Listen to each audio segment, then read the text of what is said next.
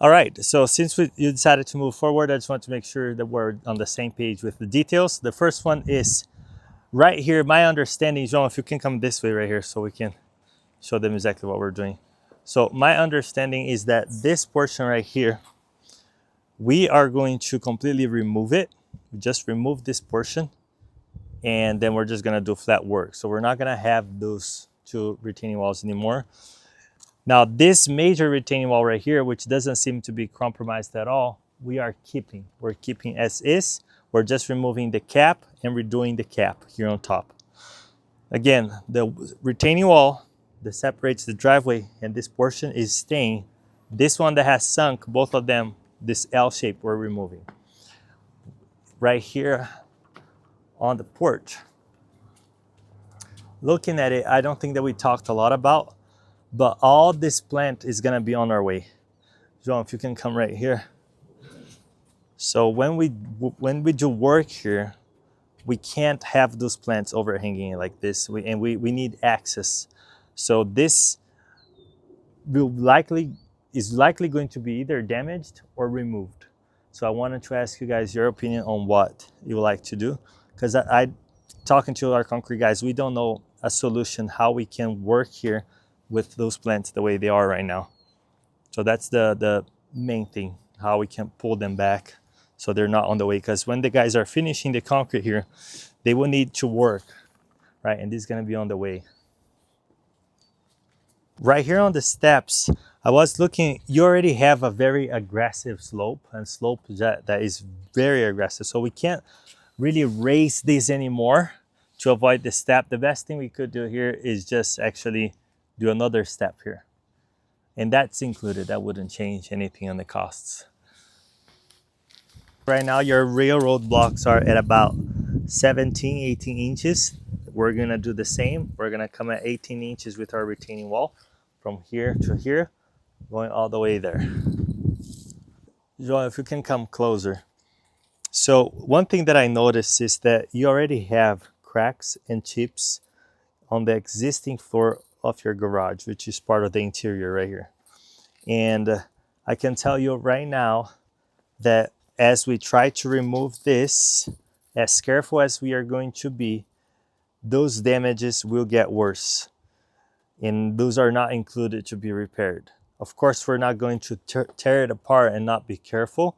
What I'm saying is that if this was done correctly, there are rebars right here. There are rebars that are connected to this flatwork. And when we try to pull it or cut it, those chips that are already here, those things might come off right here. See, like it's completely cracked. And as I move it by hand, I can tell that it's fairly loose. So when this comes off, this is gonna come off loose. So we can try to patch it, but this is not included, and this patch it might be visible. That's important for you guys to know. So the original cost, I put an average of 7,000 to do this portion of purchasing the blocks and doing the work. We still need to decide the blocks, which blocks we're gonna use. And you can take a look at either Home Depot or one of the landscaping supply stores. And we talked about cinder blocks, that's an option. But important for you to know is that you have those hoses right here that we can remove them for you.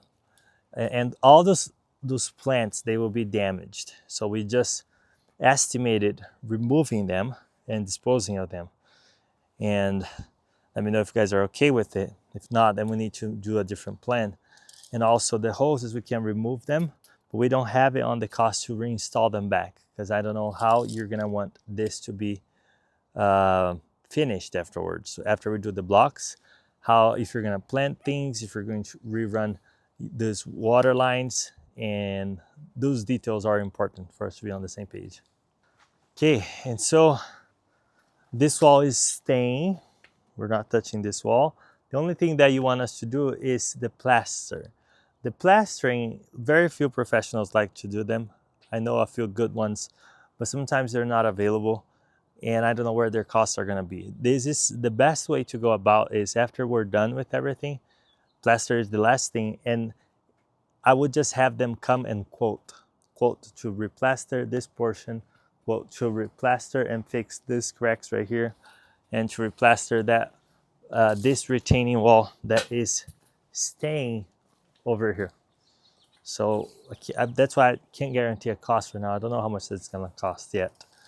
I know an average cost, and I think I said it could be anywhere from 1,500 to 3,000. But again, we need to wait until the time comes.